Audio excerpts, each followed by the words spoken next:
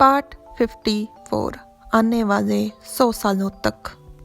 पत्नी जी कहते हैं, सोच कर देखिए, आज वो दिन आ गया जब मुझे सचिव सेन पर शक है। वैसे आप कभी भी सचिव सेन को पसंद नहीं करते थे, क्या आपको उन पर हमेशा से शक था? तो राजकुमार बेहद निर्णायक रूप में स्पष्ट तौर पर कहते हैं, नहीं, मुझे वो पसंद नहीं, क्योंकि मैं उससे जलता था। ये बात सुन के पत्नी जी को समझ नहीं आ रहा कि वो क्या उत्तर दें, और अचानक से जिनशन जोरदार तरीके से दरवाजा खोलकर कहता है, मालकिन, आपकी माँ, वो मर रही हैं। ये बात सुनते ही पत्नी जी दौड़ पड़ते हैं अपनी माँ के पास। वो रास्ते में चीज़ों से टकरा रहे थे और उन्हें कोई होश नहीं था, चीज़ें गिर रही थी। उनकी माँ उनसे कहती है, शेंग। पत्नी जी रोते रोते अपनी माँ को पुकार रहे थे। उनकी माँ उनके चेहरे को सजा रही थी और अचानक से ये कहकर कि हमेशा खुश रहना, वो प्राण त्याग देती हैं और उनका हाथ बेजान हो नीचे गिर जाता है। पत्नी जी चिल्लाते हैं, माँ, और उसके साथ ही वो बेहोश हो जाते हैं। राजकुमार जिनशन को बुलाते हैं और जिनशन तुरंत पत्नी जी का निरीक्षण करते हैं। राजकुमार परेशानी से इधर उधर चक्कर लगा रहे थे और जिनशन से पूछते हैं कि पत्नी जी कैसे हैं इस समय। तो जिनशन बताता है, इन्हें अचानक से तेज बुखार हो गया है। ये लक्षण बिल्कुल सर्दी जुकाम जैसे हैं, जैसे कि इनकी माँ के थे। मुझे लगता है कि ये भी उनकी तरह गू जहर के शिकार हो चुके हैं। ऐसे ही और बीमारियां शहर में फैली हुई हैं। ये सब कुछ तकरीबन प्लेग जैसा लग रहा है। ये बात सुनते ही राजकुमार के दिमाग में एक बात आती है और वो पत्नी जी के पिताजी की किताब उठाते हैं और जिस पर लिखा है, प्लेग का दैत्य एक पुरातन गू जहर है।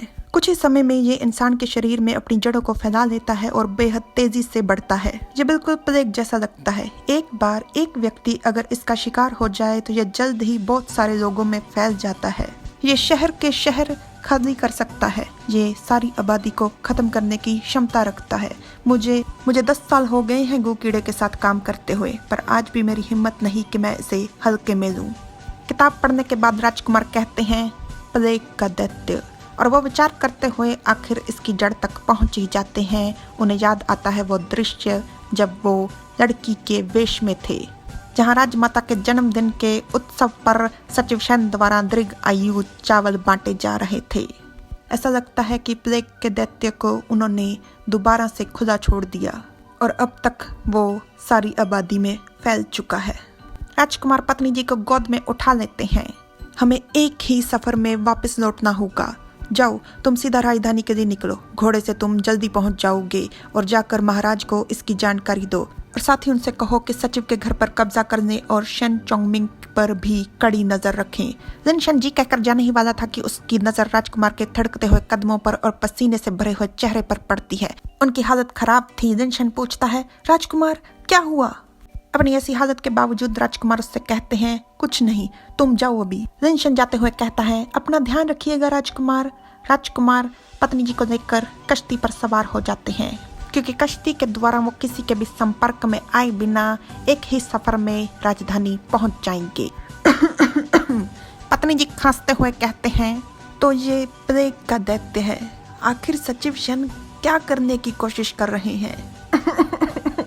राजकुमार चिंतित नहीं, बहुत ज्यादा चिंतित दिखाई दे रहे थे। वो अपने हाथ में पकड़ी हुई शॉल को पत्नी जी को उड़ाते हुए कहते हैं, शायद वो हमसे अपनी शर्तें मनवाने की कोशिश कर रहा है, इसे ओढ़ लो।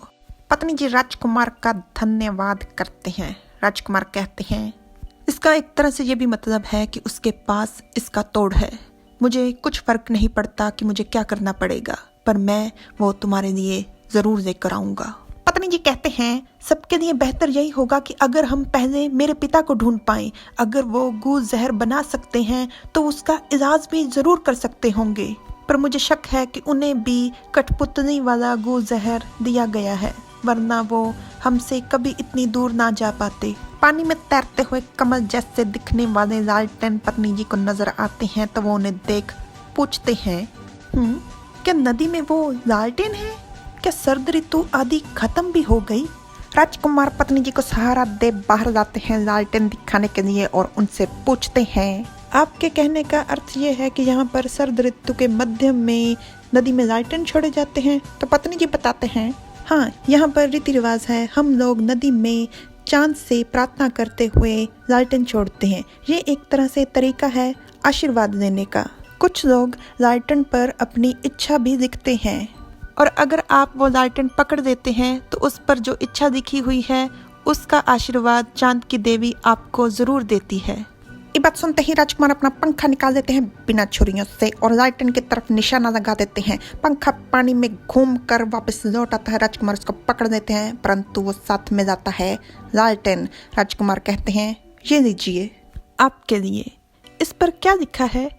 पत्नी जी को कुछ समझ नहीं आ रहा क्योंकि राजकुमार ऐसे ही बातें किए जा रहे हैं, उनकी तरफ देख नहीं रहे। तो पत्नी जी मन में कहते हैं ये कर क्या रहा है?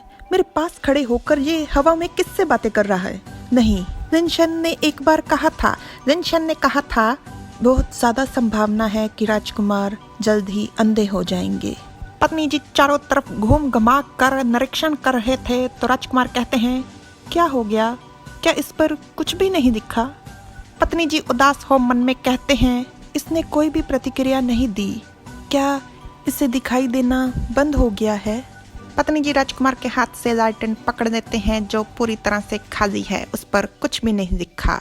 पत्नी जी कहते हैं नहीं, इस पर लिखा है, बताइए आप क्या इच्छा मांगना चाहते थे? तो राजकुमार कहते हैं जाहिर सी बात है, मैं बस एक ही इच्छा मांगना चाहता हूँ कि हम दोनों बहुत लंबी जिंदगी जिए और वो भी एक साथ, तो हम एक साथ ही बुढ़े होंगे। ये बात सुनकर पत्नी जी का गला ही सूख जाता है परंतु वो खुद को समेटते हैं, मुस्कुराते हैं और खुश होकर राजकुमार से कहते हैं इस पर लिखा है कि आने वाले 100 सालों तक हम सुरक्षित और सेहतमंद रहेंगे।